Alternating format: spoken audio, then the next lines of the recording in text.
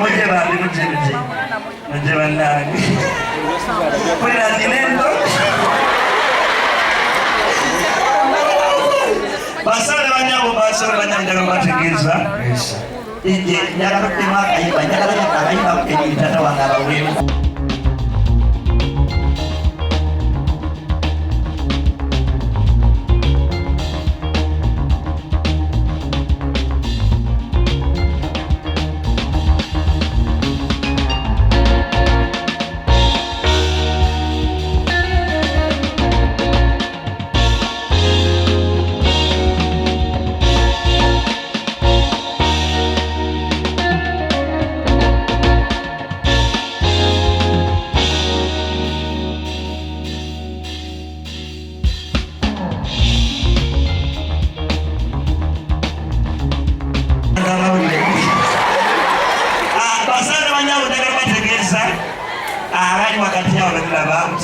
Basore banyabo omukyalo nali mukakube mama wange omulungi mwegaliza amaanyi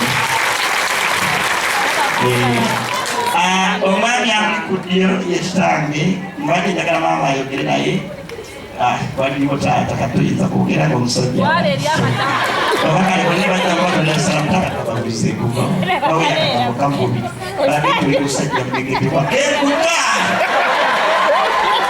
era owomisera olulimi oluganda abantu abakogereko mu byafaayo ata omusajja emweketi. Assalamu alaikum warahmatullahi wabarakatuh.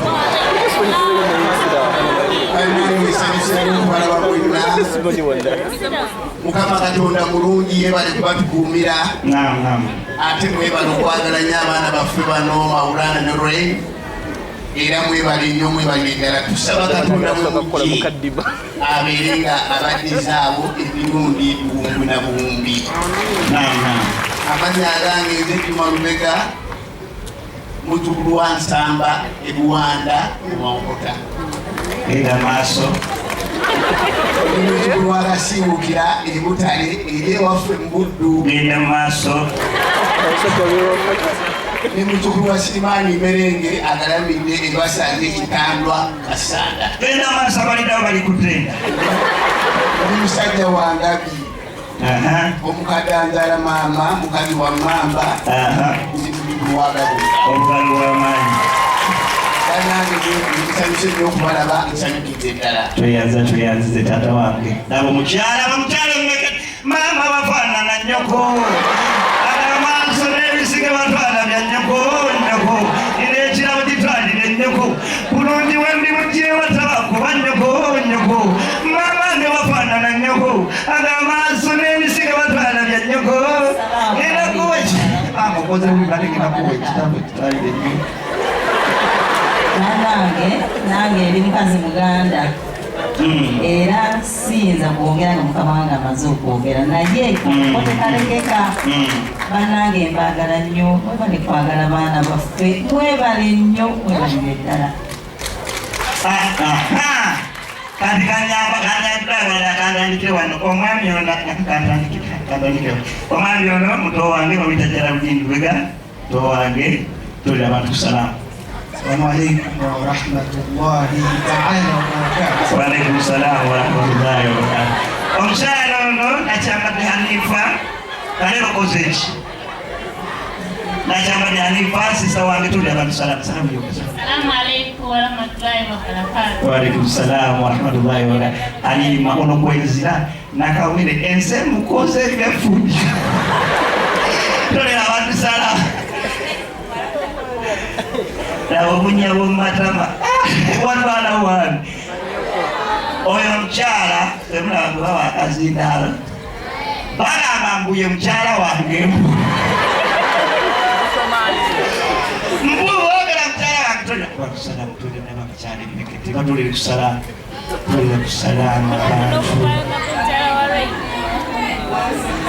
wa alaikum salam leo mtajuda kastanze ndiulide ani patuli hapa salamu patuli salamu oyani wa alaikum salam wa rahmatullahi asante nyama ya familia yangu oyani we msoda kituuka butuusi wakati abadde babatuma balowooza nti sheewedde tetunaba naffe tetunnakola twakoze kasozi twakoze byemimwayimbi tetunnatuuka wakati kakati maama kankuyimbira akayimba kano nze oyagala kasozi oyagala raini obeera mama wange sabulunaku lwoli tukyawatenkya obugalo bwenterekalisa ladies and gentlemen, thank you so much Jekalisa. Okay, basomere banyabo njagala mbagirira abantu bano bebanguza okuntuusa wano abasale banyaba essaawa ennyini kansabe kankola gw'obwogezi baana babulana mutitizi era akaba mangu oyo bwe biraba omukyala mubitengi bamwaffe ow'ekitiibwa nga nobawulana gasozi omukyala mwegete tolinayo kayimba bwe twakusasulidde ekimusuga bannange abalabala bemukwano gwa maama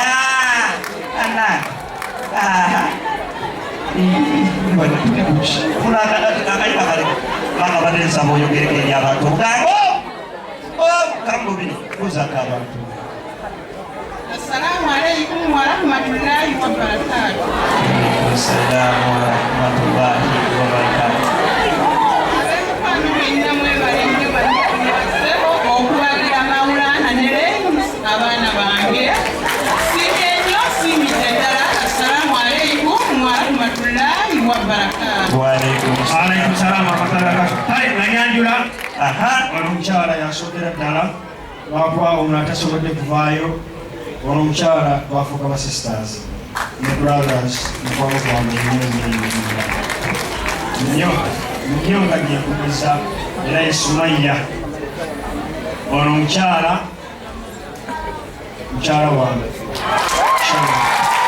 abantu baagala omanya olina omwoti nzija sumula ate osula mukyala wange indakova ku mukyala obaba tobaka olunaku lugo alwaki omufaako mangumangu alio ngaomukyala yange ngaomukyala yange eshalo alina limu nga kumbuzi shaluwa nantege mwepe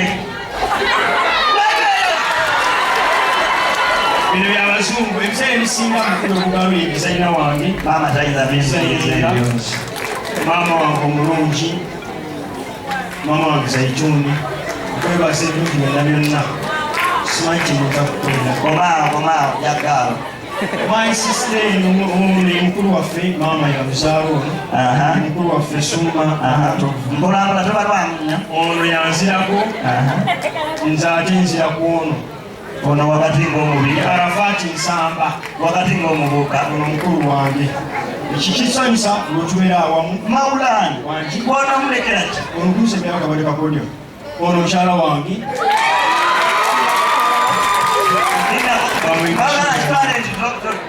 Maulana alina amaanyi